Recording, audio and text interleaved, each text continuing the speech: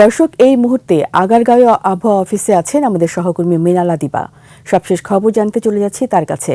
দিবা, এর আগে আবহাওয়া অফিস জানিয়েছিল ৬ তারিখ থেকে টানা বৃষ্টি হবে, কিন্তু সেভাবে কোথাও বৃষ্টি দেখা যায়নি।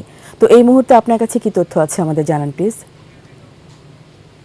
ওয়ালটন এয়ার কন্ডিশনার এক্সচেঞ্জ অফারে স্প্লিট এসিতে 23,000 টাকা পর্যন্ত নিশ্চিত ছাড়।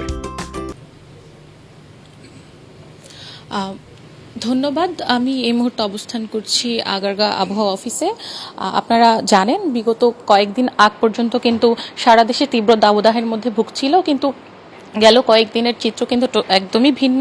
বৃষ্টির কারণে আবহাওয়ার তাপমাত্রা অনেকটাই কমে এসেছে। আমরা এখানে আবহাওয়াবিদদের সাথে কথা বলে জানতে পেরেছি যে আগামী 12 মে পর্যন্ত সারা দেশে বিচ্ছিন্নভাবে বৃষ্টিপাত হওয়ার সম্ভাবনা রয়েছে। এর মধ্যে দাবদাহেরও কোনো সম্ভাবনা নেই। তবে আমরা এখন সরাসরি আবহাওয়াবিদদের সাথে কথা বলে আবহাওয়া সম্পর্কে আরো বিস্তারিত জেনে নিব। আপনার কাছে আবহাওয়ার সর্বশেষ তথ্যটা জানতে চাচ্ছি। আচ্ছা, আবহাওয়ার সর্বশেষ তথ্য যেটা হচ্ছে গত 24 ঘন্টায় অনেক জায়গায় বৃষ্টি হয়েছে এবং এই বৃষ্টিটা হয়তো কন্টিনিউ করবে আগামী আরও 3 থেকে 4 দিন।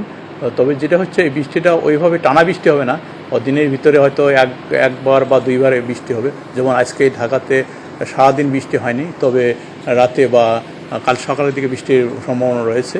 তবে যেটা হচ্ছে আপাতত ওই রকম তাপদাহ থাকবে না। তবে হয়তো কোনো দিন বৃষ্টি যদি না হয়, কোনো কারণে হয়তো র্যান্ডমলি 2-1 জায়গায় তাপ উঠে যেতে পারে। তবে আগামী 4-5 দিন ওই রকম উল্লেখযোগ্য তাপ ওইভাবে বাড়বে না।